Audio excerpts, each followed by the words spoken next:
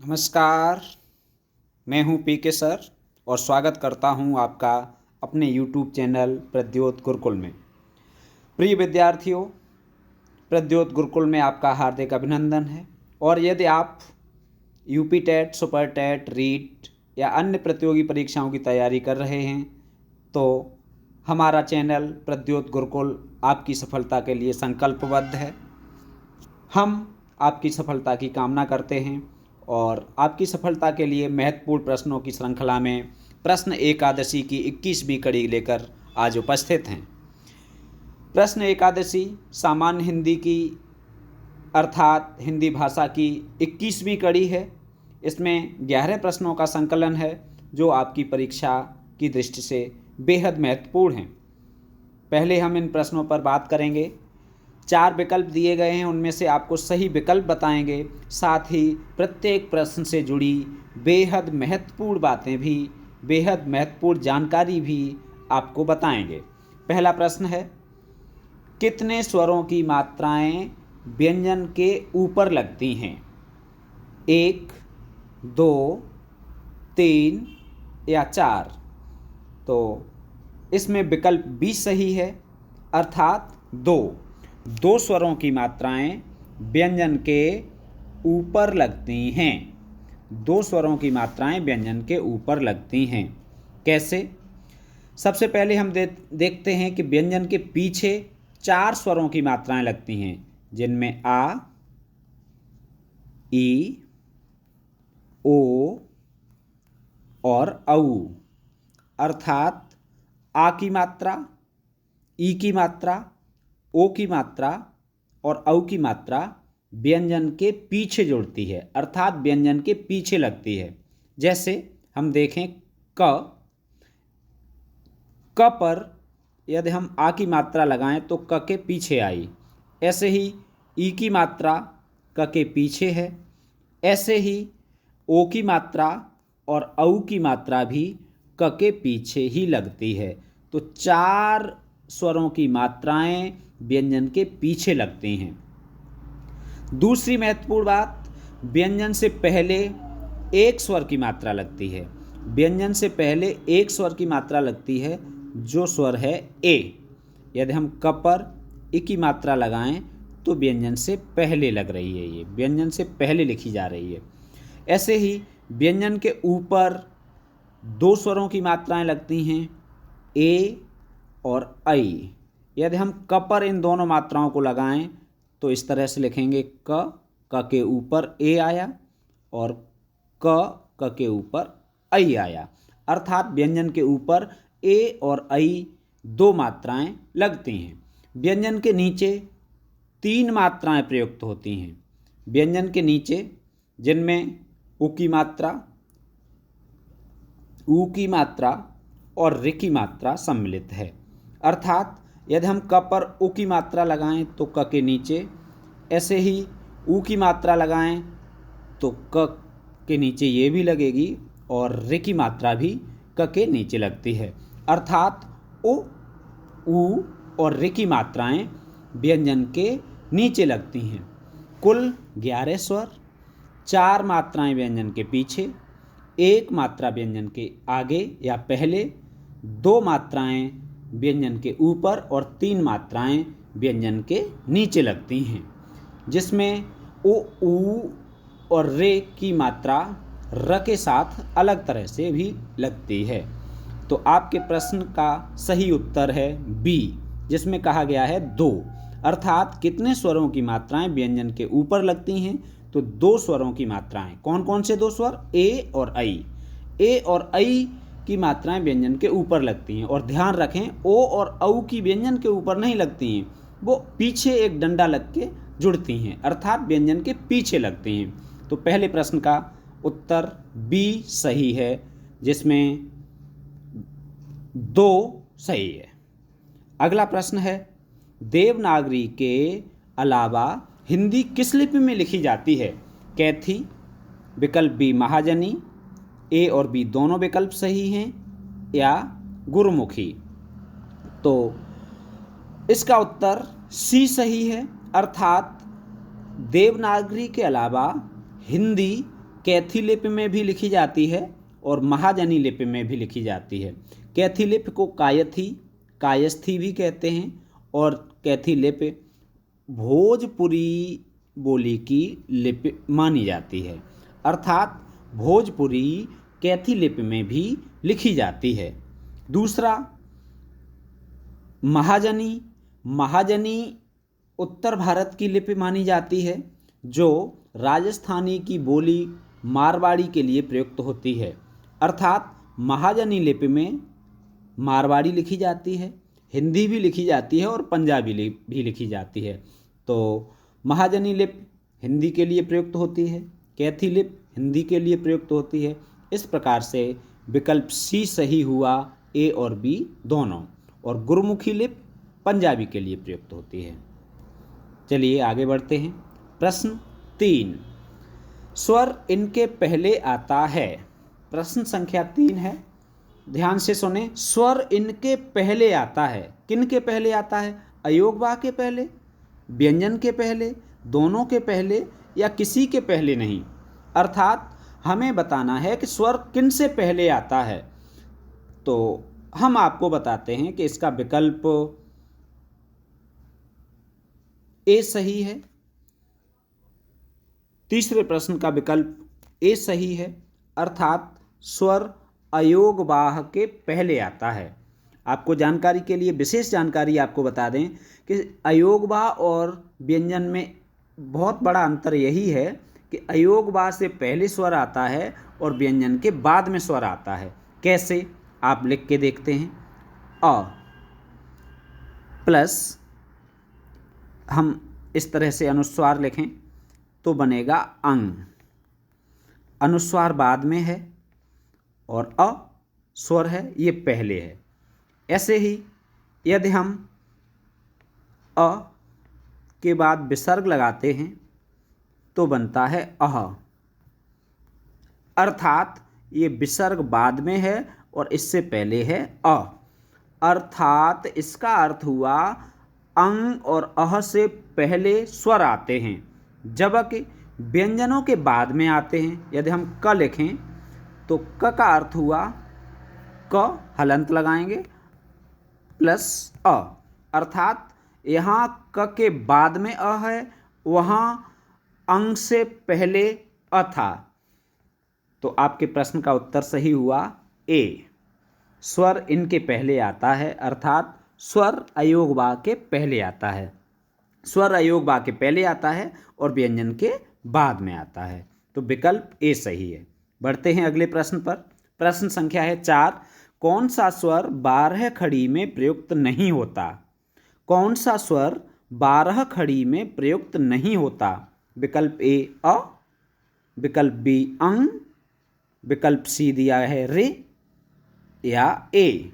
तो अ होता है, अ 12 खड़ी में प्रयुक्त होता है, अंग भी होता है, रे नहीं होता है, रे नहीं होता है, ए होता है। कैसे?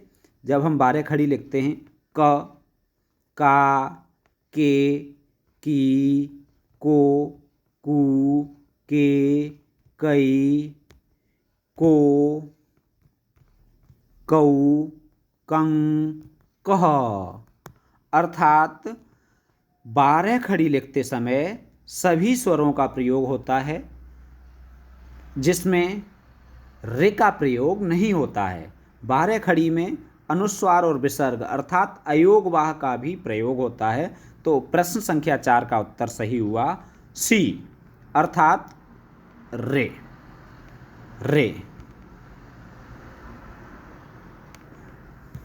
अगला प्रश्न है, कंठ तालव्य है अ। प्रश्न संख्या 5 है, कंठ तालव्य है अ नहीं, अतालव्य नहीं, अकंठ्य है। कंठ तालव्य नहीं, कंठ्य है। अकोह विसर्जनीय नाम कंठः।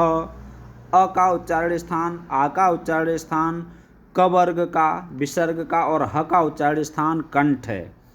ए कंठ तालव्य नहीं है, ए तालव्य है, अर्थात ए तालव्य इच्चु ऐसा नाम तालुहु, ए ई च वर्ग, श और य, इनका उच्चारण स्थान तालु है, तो ए हो गया तालव्य। ए कंठ तालव्य है। ए का निर्माण होता है अ और ए के योग से, अ या आ और ए या ई के योग से ए बनता है, तो अ का उच्चारण स्थान कंठ और ए का उच्चारण स्थान तालु। अ और ए मिला तो कंठ तालु, अर्थात ए का उच्चारण स्थान कंठ तालु है, इसलिए हम ए को कहेंगे कंठ तालव्य। ओ कंठोष्ठ है। अ और ओ के योग से ओ बनता है, अ का उच्चारण स्थान कंठ और ओ का उच्चारण स्थान ओष्ठ, इस प्रकार से ओ हुआ कंठोष्ठ, तो ये विकल्प भी सही नहीं है। प्रश्न 5 का विकल्प सी सही है, कंठ तालव्य वर्ण है ए। इस प्रश्न से आपको इतनी जानकारी मिली। बढ़ते हैं अगले प्रश्न पर। छठा प्रश्न है, रे है दंत्य, तालव्य, कंठ्य, मूर्धन्य। दंत्य नहीं है। दंत्य के लिए सूत्र दिया गया है लृतु लसानाम दंतः, लृ तवर्ग, लृ तवर्ग, ल और स दंत्य है, ये स दंत्य है, अर्थात रे दंत्य नहीं है। विकल्प बी तालव्य, रे तालव्य भी नहीं है। तालु के लिए सूत्र दिया गया है, जिन वर्णों का उच्चारण स्थान तालु है उन वर्णों को तालव्य वर्ण कहेंगे, तो ए चुयसा नाम तालुह, ए चवर्ग, य और श का उच्चारण स्थान तालु है, इन्हें तालव्य वर्ण कहेंगे। कंठ्य, रे कंठ्य भी नहीं है। जिन वर्णों का उच्चारण स्थान कंठ हो उन्हें कंठ्य वर्ण कहा जाता है, तो अकोह विसर्जनीय नाम कंठः, ऊपर वाले प्रश्न पर अभी बात की थी, अर्थात अ, आ, ऋष या दीर्घ दोनों, कवर्ग, ह और विसर्ग, इनका उच्चारण स्थान कंठ है, ये विकल्प भी गलत हुआ। अगला विकल्प है मूर्धन्य, यह विकल्प सही है, अर्थात रे का उच्चारण स्थान मूर्धा है, रे टो रसाणाम मूर्धा, रे टवर्ग र और ये श, इनका उच्चारण स्थान मूर्धा है और मूर्धा उच्चारण स्थान होने के कारण इन वर्णों को मूर्धन्य कहते हैं। तो प्रश्न संख्या 6 का उत्तर सही हुआ डी। बढ़ते हैं अगले प्रश्न पर। पूर्वी हिंदी के अंतर्गत नहीं है। पूर्वी हिंदी हिंदी की उपभाषा है। पूर्वी हिंदी के अंतर्गत अवधी है, बघेली है और छत्तीसगढ़ी है। पूर्वी हिंदी की 3 बोलियां हैं, अवधी, बघेली, छत्तीसगढ़ी। अवधी, बघेली, छत्तीसगढ़ी पूर्वी हिंदी के अंतर्गत है, तो अब बचा ब्रजभाषा, ये पूर्वी हिंदी के अंतर्गत नहीं है, तो आपके 7वें प्रश्न का उत्तर सही हुआ बी। ब्रजभाषा पश्चिमी हिंदी की एक बोली है।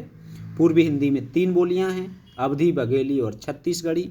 पश्चिमी हिंदी में 5 बोलियां हैं, कन्नौजी, कौरवी, जिसे खड़ी बोली भी कहते हैं, ब्रजभाषा, बुंदेली, बांगरू, 5 बोलियां। तो आपका ब्रजभाषा उत्तर सही हुआ, नहीं पूछा गया है, पूर्वी हिंदी की के अंतर्गत नहीं है, अर्थात ब्रजभाषा यह पश्चिमी हिंदी के अंतर्गत है। बढ़ते हैं अगले प्रश्न पर। केवल संस्कृत शब्दों में आता है। केवल संस्कृत शब्दों में आता है, रे आता है, जैसे ऋषि, ऋषि संस्कृत का शब्द है। ण ये भी आता है संस्कृत में, ऋण। श ये भी आता है, संस्कृत के शब्दों में ही आता है, तो विकल्प डी सही हुआ सभी, अर्थात तीनों ही संस्कृत के शब्दों में आते हैं। आपका विकल्प डी सही हुआ, विकल्प डी सही हुआ। जैसे श आता है ऋषि में, पुरुष में, ये श, ऋषि, पुरुष, ये संस्कृत के शब्द हैं। तो प्रश्न संख्या 8 का विकल्प डी सही हुआ, 8 का विकल्प डी, अर्थात ये सभी, जहाँ रे, ड़ और श का उपयोग हो, समझ लें आप संस्कृत के शब्द हैं, और संस्कृत के शब्दों को तत्सम शब्द भी कहते हैं। हिंदी में यदि इनका कहीं प्रयोग होता है तो ऐसे शब्द अधिकांशतः तत्सम ही होते हैं। आपको प्रश्न संख्या 8 से इतनी जानकारी मिली है। बढ़ते हैं अगले प्रश्न 9 पर। ऊष्म वर्ण हैं। ऊष्म वर्ण पूछे गए हैं। ऊष्म का अर्थ होता है गर्म, अर्थात जिन वर्णों के उच्चारण में मुख से गर्म श्वास वायु निकलती है, जिन वर्णों के उच्चारण में मुख विवर में घर्षण होता है, घर्षण होने के कारण गर्म श्वास वायु निकलती है, उन्हें कहते हैं ऊष्म वर्ण। अंग और अह नहीं है, ये अयोगवाह हैं। अंग को अनुस्वार और अह को विसर्ग कहते हैं। दूसरा विकल्प है य व, ये अर्धस्वर हैं, ये ऊष्म नहीं हैं, इनके उच्चारण में भी गर्म श्वास वायु नहीं निकलती है। अगला विकल्प है श और श, ये दोनों ऊष्म वर्ण हैं, इनके उच्चारण में श श ऊष्म वायु निकलती है। और विकल्प डी क्ष और ज्ञ, ये संयुक्त व्यंजन हैं, इसमें क्ष क और स के योग से बना क्ष। दूसरा है ज्ञ, जो ज और ञ के योग से बना ज्ञ, ये दोनों संयुक्त अक्षर हैं। तो आपके प्रश्न संख्या 9 का उत्तर हुआ सी विकल्प सही है।